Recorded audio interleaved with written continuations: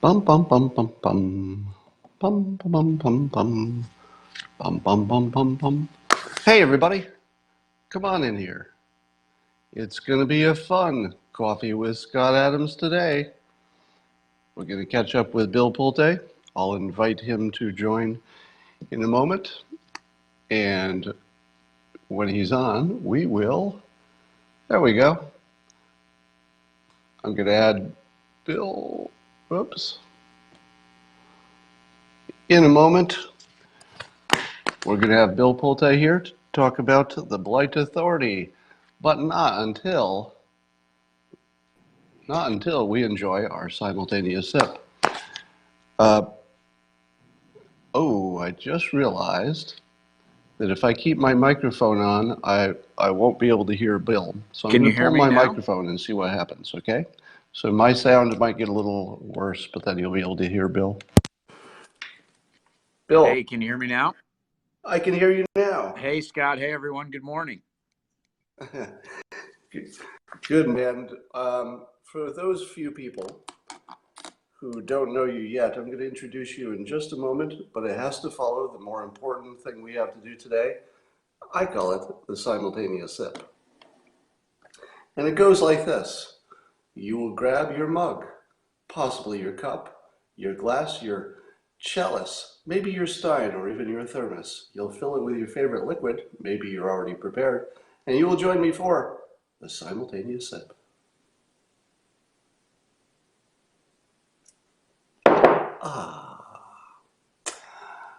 All right.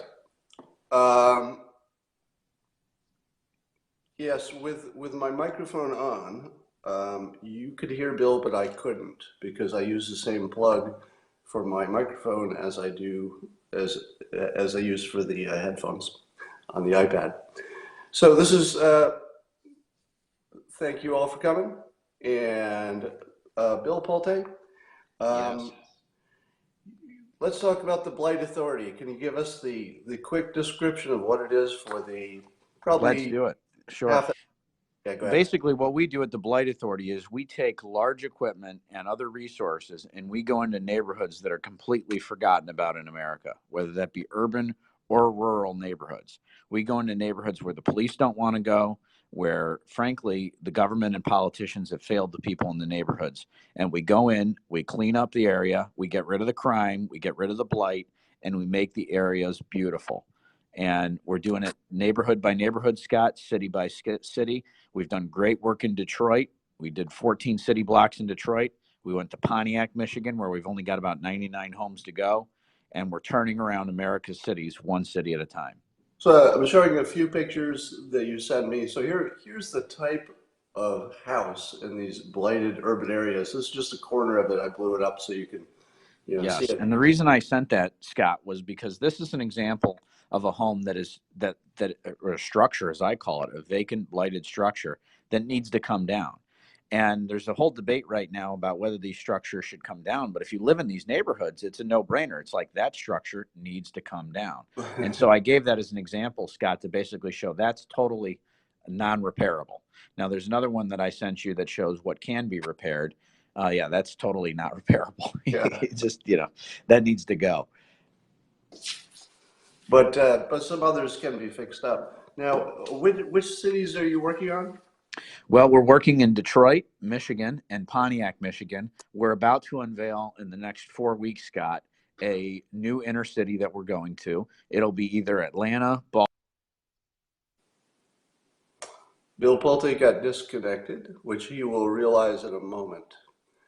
And then when he comes back, so he was going to tell you that we've got other cities lined up. There he is. He's back. All right, Bill will be back and finish that sentence in a moment. Bill Pulte, are you back? Yes. New option here with Periscope. This is pretty cool. So, All right, so you were just saying which cities you mentioned: Detroit and Pontiac, and we it'll missed. either be Atlanta, Baltimore, St. Louis, Los Angeles. We're looking at maybe even Miami. So we'll have an announcement on which city we decide in the next 4 weeks, and we'll let everybody know. Excellent. And so step one is to get rid of these homes, which are sources of every kind of crime, That's from correct. drugs, prostitution, rape, you name it. It's all happening there.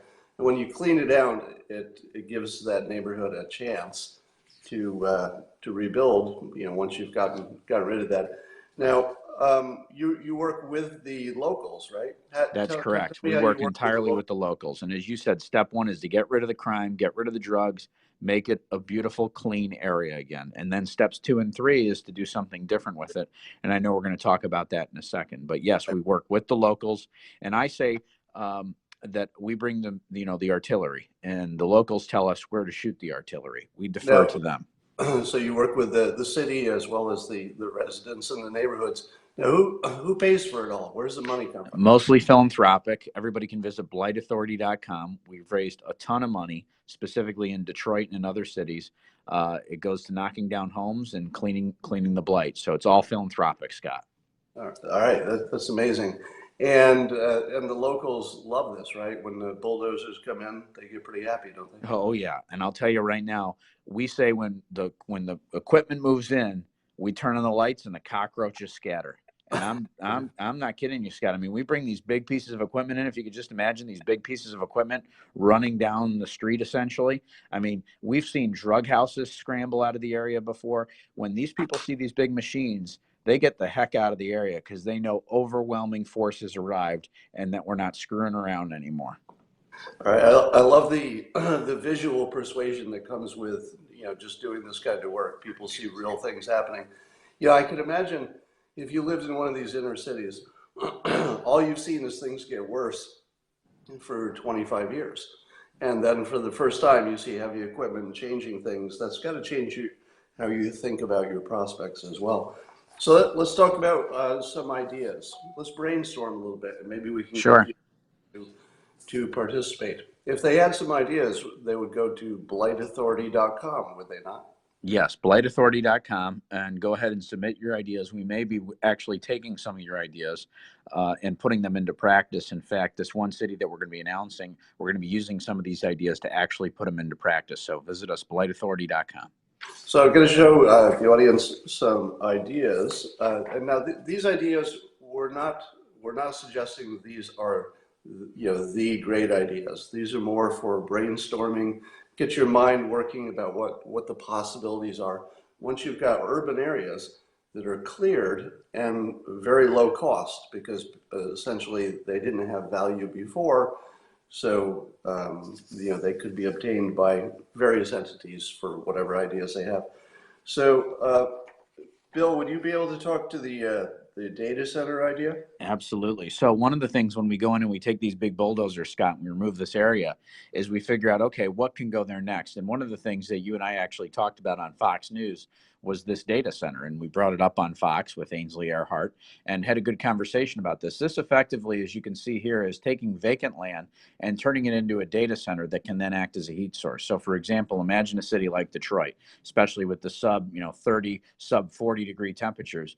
You could basically have a data center, and I think there's a lot of people looking at this, by the way, across urban America, to put, for example, a data center, have that heat then be recycled, and then use it to actually take care of the thermal aspects of homes. So, for example, you wouldn't have the heating bills, you wouldn't have the gas bills. Believe it or not, Scott, people in Detroit don't have heat in many cases.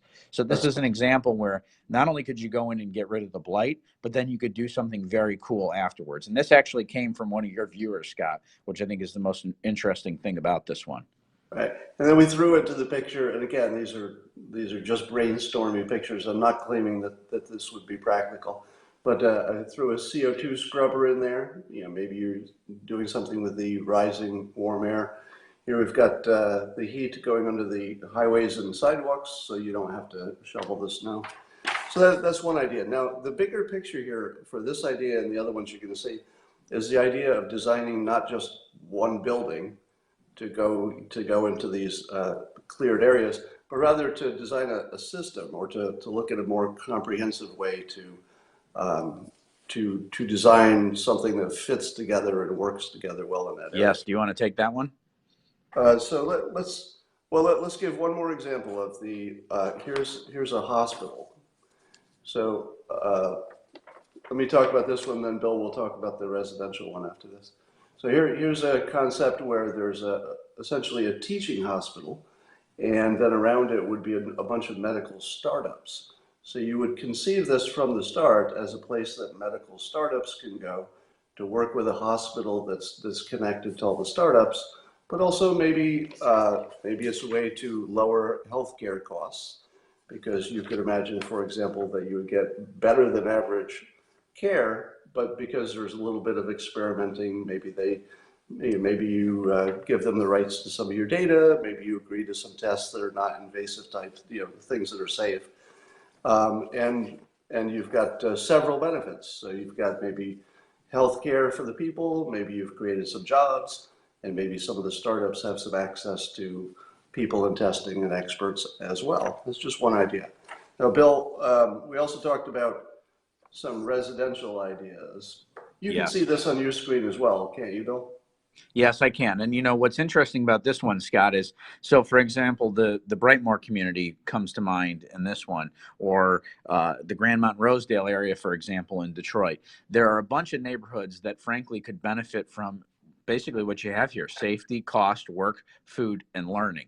I know this sounds basic to a lot of people who live in neighborhoods, but safety doesn't even exist in many of these neighborhoods, Scott. So to people who are looking at this and saying, what is this? It's actually, this is a big problem. Obviously, work is a big issue. In many of these urban areas, Scott, people can't even get work in the area. So they're having to take buses, 20, 30 miles out of an urban corridor to do it. So the logic here, Scott, and I think you drew this out very nicely in great Dilbert format here, it looks beautiful, is basically a neighborhood that can provide safety, low cost, work, food. Food is huge now in the urban environment. I mean, has anybody heard about what's going on in the urban farming environment now in urban areas? It's unbelievable. And then learning, obviously charter schools. So I think the idea here basically, Scott, is to start to encapsulate, some of the best ideas that are going into urban America, but in a safe, comfortable, low-cost environment for urban neighborhoods. What do you think? Let me give just some examples of the things we're thinking about for the residential one. So this picture is shown as the residence is forming a circle that's sort of a security perimeter. So that once you're in, you're safe. And maybe you've got some video cameras or whatever you need for the added security. But in addition, we imagine that each of these homes would have an exterior entrance with possibly a space with its own bathroom that you could run a business out of it, or you could rent it. Yes. So that each of these homes is both a residence, but it provides a source of income by the way it was designed. So the idea here is, if you design from scratch to build a system or a community where you've considered all the things that people need, from transportation to safety, you can imagine a charter school right in the middle. Because what changes your, Bill, what's the main thing that changes your property value? Getting rid of the blight. Well, number making one, it safe. Right. But then in terms of building something new, the school is going to be one of your biggest factors. Yeah, for school education is huge. Education and safety are huge. So if you come to my town and somebody's looking for a place to live, the first question is, tell me about the schools. And that becomes the base question for how much they're willing to pay to live there. And if the answer is it's the best school in the county, then they're willing to pay a lot more. So you plop a charter school in the middle of a bad area and you ring it with security, you've already changed the value of that land by, I don't know, 100-fold.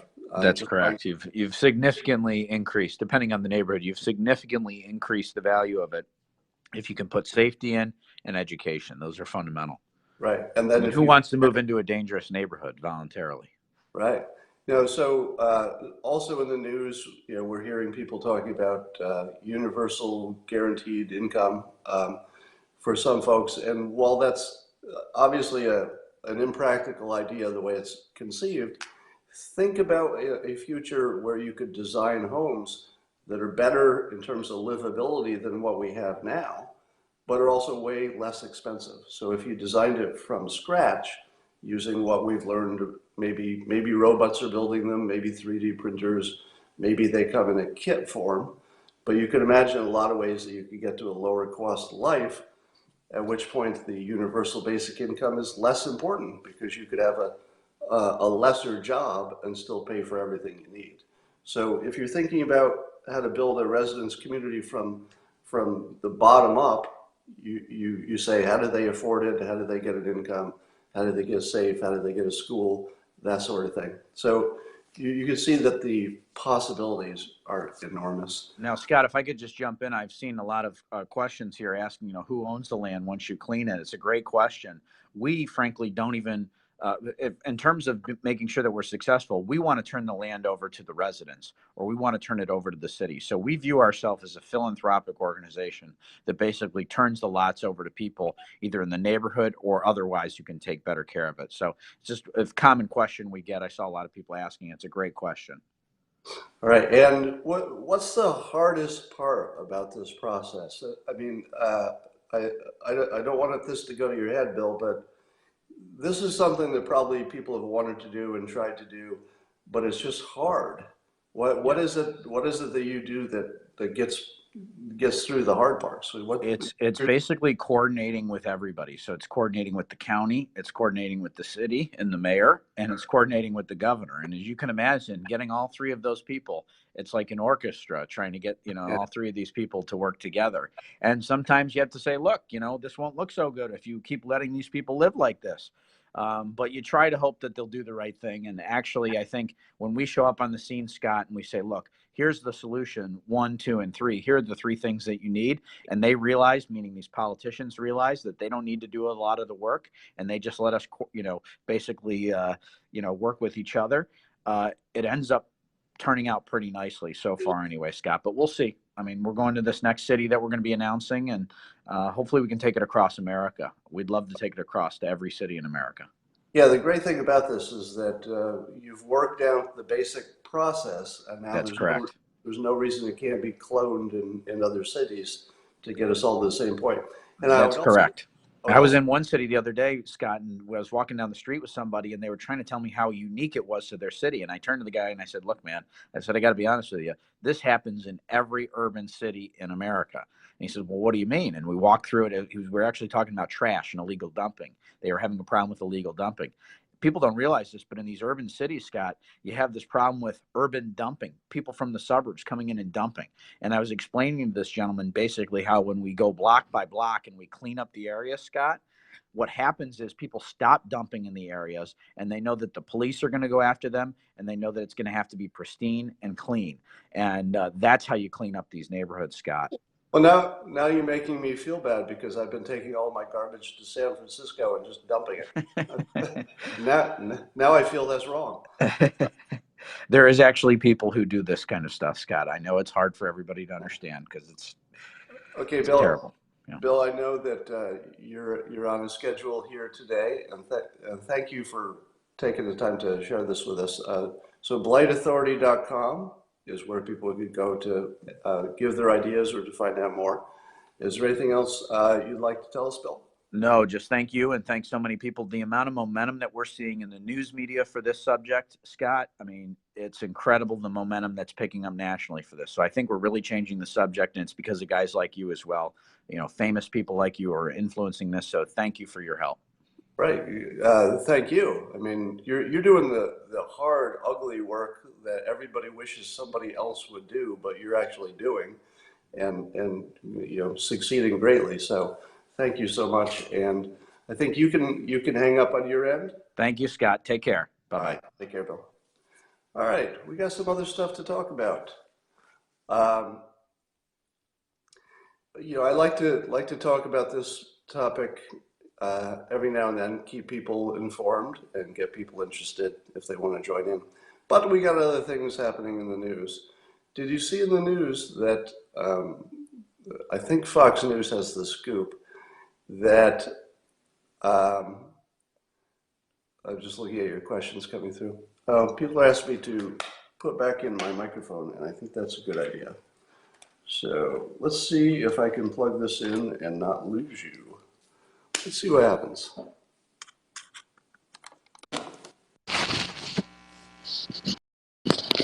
All right, I'm going to guess that works. Has Ben Carson and HUD been helping Bill? Bill is connected with the administration components that he needs to connect with. So he's made connections at HUD. He's made connections everywhere that makes sense. So that's part of his magic, is that he's an amazing connector of people. So somebody says, sounds great. Somebody says it's buzzy.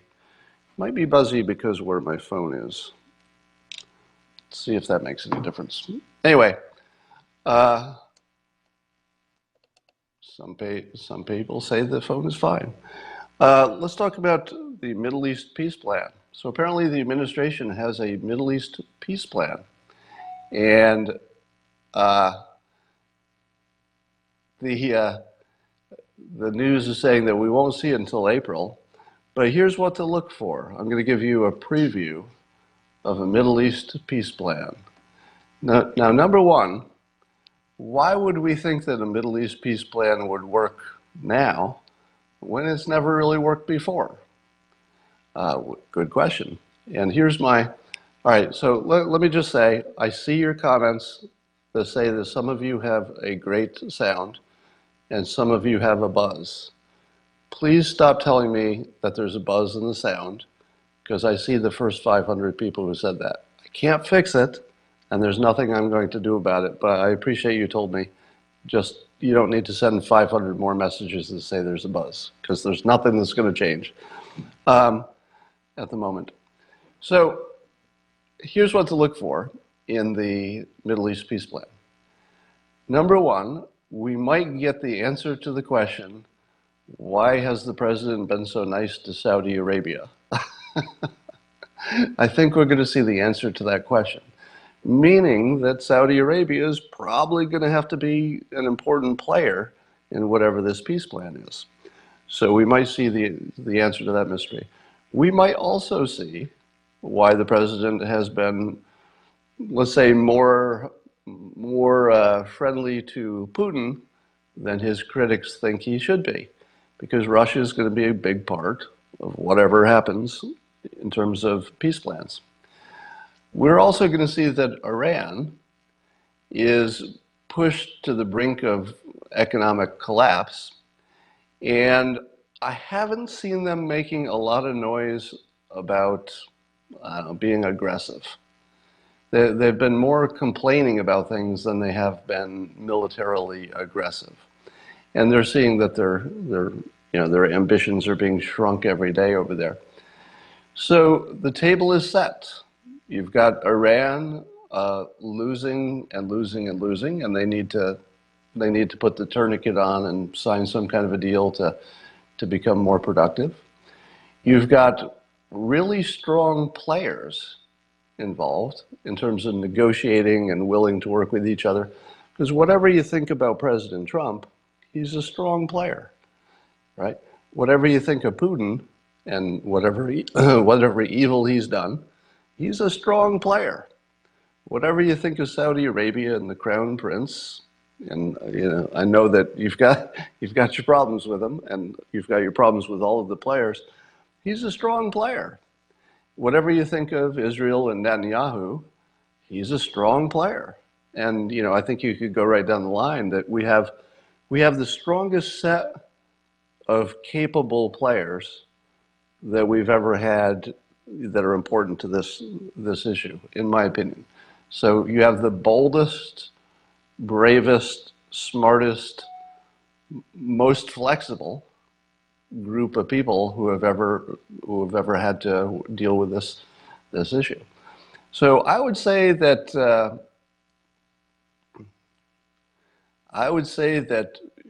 I'm very interested in this peace plan, and you could be surprised at some of it.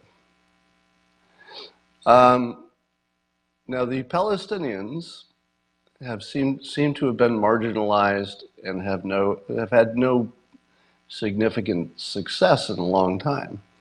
So, everybody's pushed to the limit where flexibility happens. And I think all parties are ready to get flexible at this point.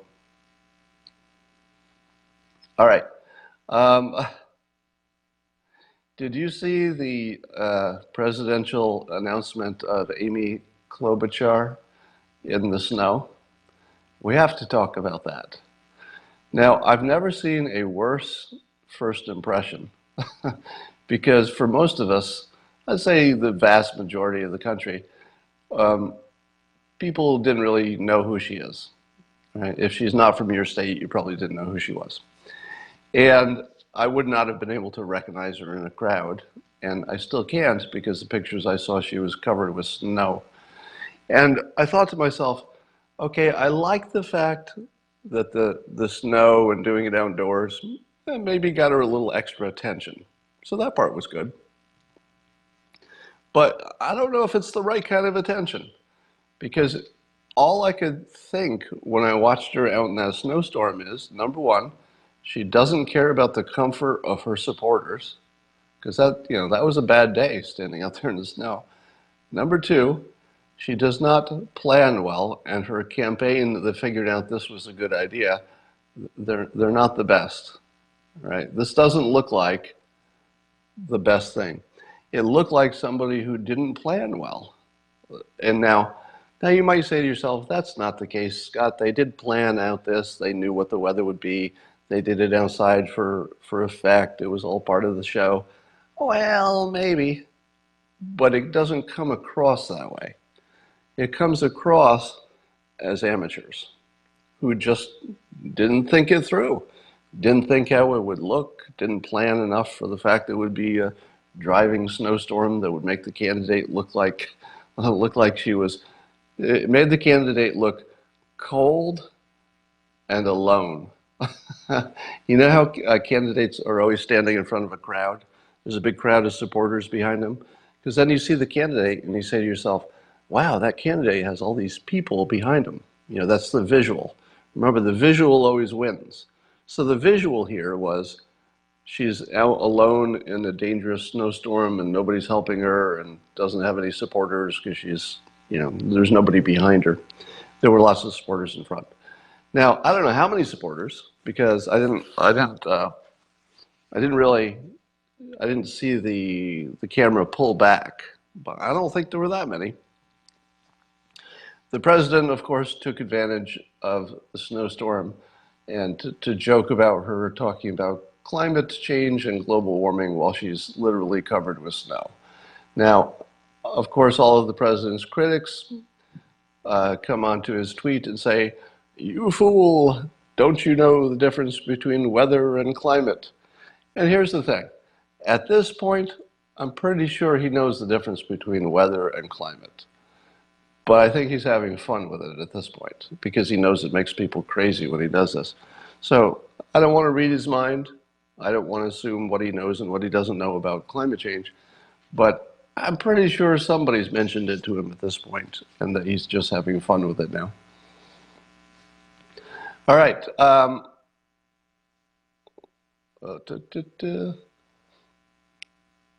Yeah, cold is weather, hot is climate. Right. All right, so what were the other topics? What were the other topics? Oh, yes, our friends in Iran are still chanting death to America. So did you see that Khamenei, he issued a clarification, or he gave a clarification in some speech or something, and then he tweeted it. And the clarification was that the phrase death to America does not mean death to the citizens of America, but rather it means death to President Trump, Pompeo, and John Bolton. So Iran is now getting technical.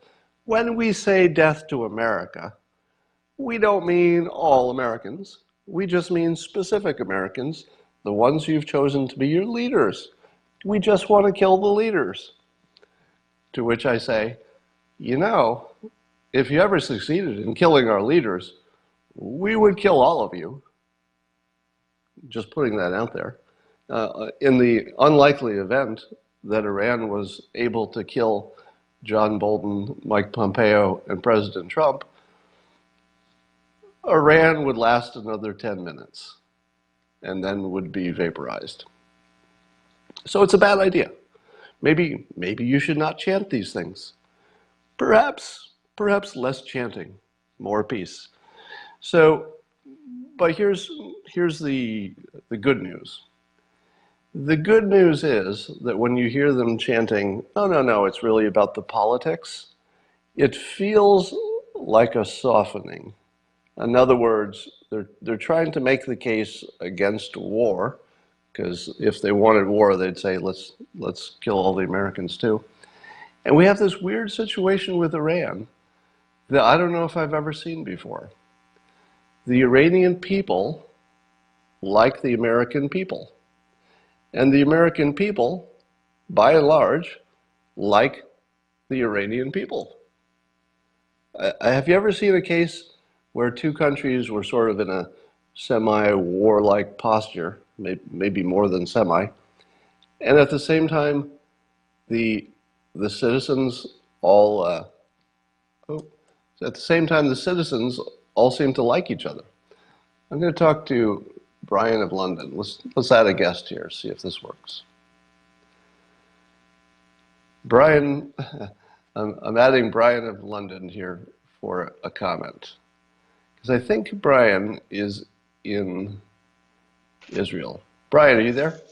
I am. Brian, are you Yes, there? I'm in Israel. You're in Israel. I am. And I know that you keep up with all this stuff. We've communicated before. So Brian, what's the view from Israel about the news that there might be a peace plan in the making, and what are people saying about Iran at the moment? Well, actually, I pressed join when you started saying about the Iranian people versus, and that's absolutely correct. And you don't hear about it. That there has always been an underground pro-America thing. You know, Iran back in 1979 was a pro-America country ruled by the Shah. You know, it's more complicated than this, and they've been taken over by this Islamic Republic since 1979. Doesn't mean everybody followed it always. On the Israel and the peace process, though, the Palestinian peace process, I'm sitting here, and it doesn't make a difference for Shia versus Sunni, for Iran versus Saudi Arabia, whether we have peace in Israel. It's just not central. It's not central to what's going on in Syria. We're just not that important. So, you know, every time I hear about Trump's peace plan, I just don't get the centrality with which the American press paints it. So that's a good question. It seems to me that when we talk about a Middle East peace plan, we're no longer talking about the Palestinian-Israel question. That's just a part of it, right? I mean, the bigger question: what do you do with Syria? You know, what do we do with Iran? And it seems to me that and maybe you can inform me better on this, but if Iran became serious about peace, wouldn't the Palestinian Hezbollah situation also be easier to solve? Is Iran the biggest problem to all of that? Iranian funding of Hezbollah is a huge problem because they're the ones with missiles pointed at my house. So yes, but the idea, to me, it's just unthinkable that the Iranians will turn around and suddenly go do an about face, no matter how persuasive Trump is, because they've got the Quran in their back pocket, and the Quran is telling them something different to what Trump says. And you know, same with the Saudis, but coming at it from a different direction, because they've had this battle ever since the death of Muhammad as to who's the right Muslims. You know, that battle, you know, Israel's just a recent arrival in this. That's going to go on a lot longer than Trump, and Israel didn't start that. Well, but let me ask you this. You know, of course, there's, you know, the religious, overlay to all of this, but these are real human beings who have to make practical decisions. And even the leaders in Iran, they do see that Israel's just going to be there, right? Do you think that Do you think there's No, anybody in Iran, and I won't ask you to read their minds, but do you think that that Khamenei thinks that Israel would ever go away during his lifetime or the next? yes. Does he really think that's possible? I believe that if he had the means to make us go away, i.e. a nuclear bomb, he would do a heartbeat, no matter what that means for Jerusalem or the Palestinians who live here, the Hold on, Muslim Arabs. we lost a little bit of a connection there, but did you say that did you say that if Khamenei had a nuclear bomb, that he would definitely use it on Israel? That's my belief, yes. Now, I've been listening to them for 20 years. They keep saying that. right, Death to America really, it meant death to America and it meant death to Israel long before Trump appeared. well, they've also said consistently that when there may be a difference between what they say in English versus what they say in other languages, but they have clarified, and I'm not saying that we should believe this, right? If I were in Israel, I would assume that every threat coming out of Iran is 100% serious. So there's a way you act, but then there's also looking at the odds if you could be objective about it. And it seems to me that they've also said that their problem is not the people of Israel, but rather it's the political situation, which is that it's a Jewish state and et Yeah, cetera. but the people So, are Jews, and the only way we can express our Judaism is to be a Jewish state, because we've tried living as a minority under other people, and that hasn't worked. And we got the message 70 years ago and said, right, no more of this minority stuff. but America's a safe place, but but not the but Middle but East. but my point is that nuking Israel would not accomplish their goals because it wouldn't be useful. I mean, nobody could use Israel after it had been nuked, and they would be immediately destroyed. So it's not like they could take advantage of it. Right. And they would have killed the people of Israel, which they claim are not their enemies. Rather, it's the political situation. Whether or not you believe that, I'm just Yeah. saying it would be an inconsistency with what they're saying. So, from the outside, I always I believe this with North Korea, and that seemed to have been true. Remember, if you were following the North Korea situation, we assumed that Kim Jong-un was Yeah. literally crazy, and that he would nuke things and die, and he didn't care who died and all that. And then as soon as you test that assumption, you find out that he's probably closer to a reasonable guy than whatever we thought before, and then suddenly there's progress. I feel like, as crazy as we believe the mullahs are, that if you were ever in a room with them and they could speak honestly, they would say something like, "Well, I know we're never going to destroy Israel." I mean, Listen, the thing is, my imagination. I've read the Quran for a number of years. I've read the stories of the life of Muhammad and so on.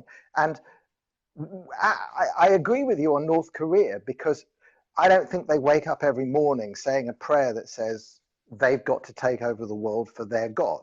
Whereas the Iranians actually do. It's screamed from the loudest, from the top of the mosque, come to prayer. And Muhammad's farewell address said, I have been ordered to fight all men until they say there is no God but Allah. Yeah. That is an ideological problem if it's repeated into your brain every day, 5 times, 6, 7, 18 times a day. Whereas I agree, the North Koreans, as far as I can see, do not have an expansionist desire to turn the entire world into North Koreans. Whereas Islam, unfortunately, has shown over 1400 years that it does have an expansionist aim, and it does want to convert people. All right, but let me put this in another context. And again, I will say that if I were in Israel, Yeah. and even as an ally of Israel, you have to treat all of those threats as 100% realistic. So in terms of decisions, you pretty much have to treat them as real. But I like to drill down on this just in case we can get a better understanding or something. Now, it would also be true, therefore, that Iran has plans to conquer China in terms of Islam. Would that not also be part of their grand plan? It's not just Israel. Rather, they would like to conquer China. But do they wake up in the morning and say, "Yeah, any moment now, it might take a while, but we're going to get China"? because I, I, God says so? I really do believe that they would go after China, but there is a good theological reason why it's more important that they cancel Jews first. You know that Jews were around in the time of the Prophet Muhammad, their Prophet Muhammad. The Chinese are not mentioned. Jews rejected Muhammad as a prophet. You know, we did, and we got slaughtered for it in Arabia, and we got chucked out of Arabia. So there's history, you know, and so we matter more because they know. You know, I think deep down they do know that All right, so what. I get that there's a special history and a special dislike for for Israel, the Jewish people among the Iranians, or at least the Iranian leadership for sure. Um, but still, people are of two brains all the time. In other words, people can carry with them their religious belief and actually legitimately believe it, while in their daily life they don't act that way. That's fairly common, right? That people don't Yes. actually act the way their beliefs, sincere beliefs, tell them they should act. That's the most common thing is to be two people at once. And it seems to me that there's got to be a practical understanding that Iran would be destroyed far before Israel would be destroyed. And since that will never be their ambition to destroy their own country, it seems like on some level they know they're going to have to reach an accommodation. Now let me suggest this. If they could ever come up with some way to believe that they could politically prevail in the long run, would that satisfy their religious need, or do they have to conquer by violence? In other words, could they ever be convinced that they can spread their Islamic beliefs through the internet, through friendly connections, through immigration? Could they ever be convinced that they don't have to nuke somebody or kill them to get it done? Would that fit within their belief system?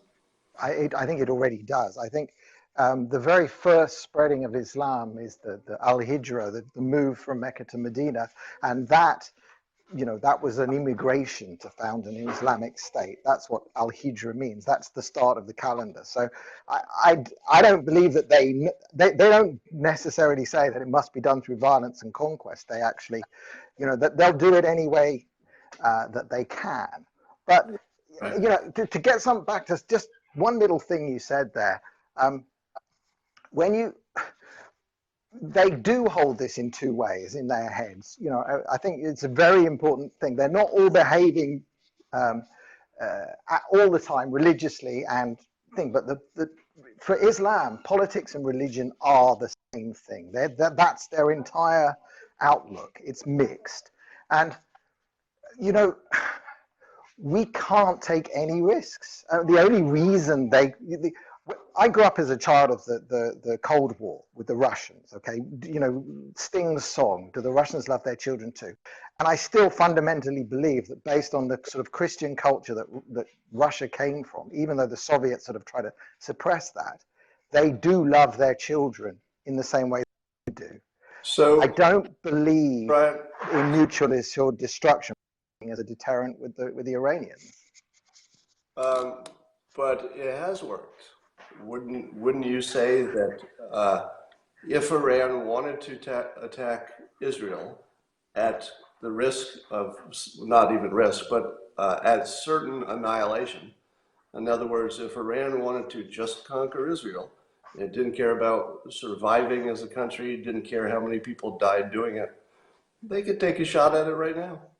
Well, So, they have taken. They were involved in the attacks in '67 and '72, '73. So they've tried, but since the sort of nuclear era, they haven't had nuclear weapons. But that's why we reacted with such unbelievable horror to Obama, because we just didn't perceive that it was going to give us the surety that they wouldn't have these terrible weapons that could take us out in one fell swoop. but my point is, they are already acting against their own religion by not attacking already. The fact that they would not win should not in any No, way. no. There's a religious commandment to say if you don't think you can win, you take what is called a hudna. It's up to 10 year, and then it's a renewable every 10 year. It's a truce that waits until the Muslims are strong enough to attack. It's called that actually their word for peace, hudna, which is this temporary. It's a temporary restraining order until such time as they feel strong enough to attack properly. Right. So, as That's long, what we're living under.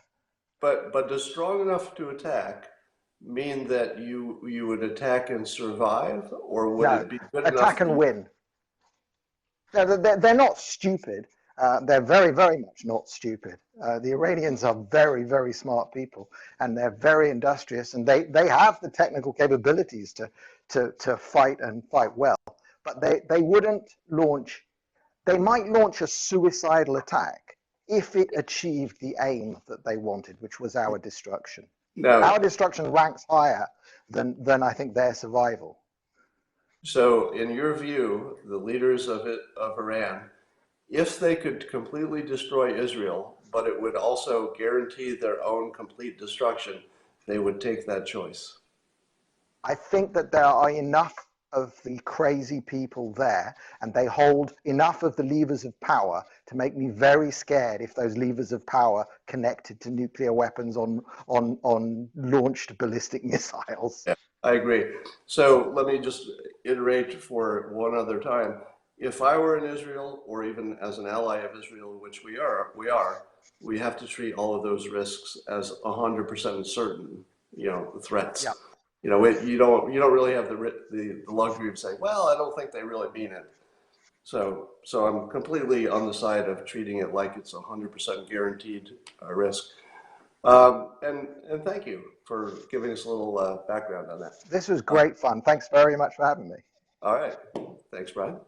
And you can just sign off on your own there. All right. That's all I'm going to talk about for today. And I will talk to you all tomorrow.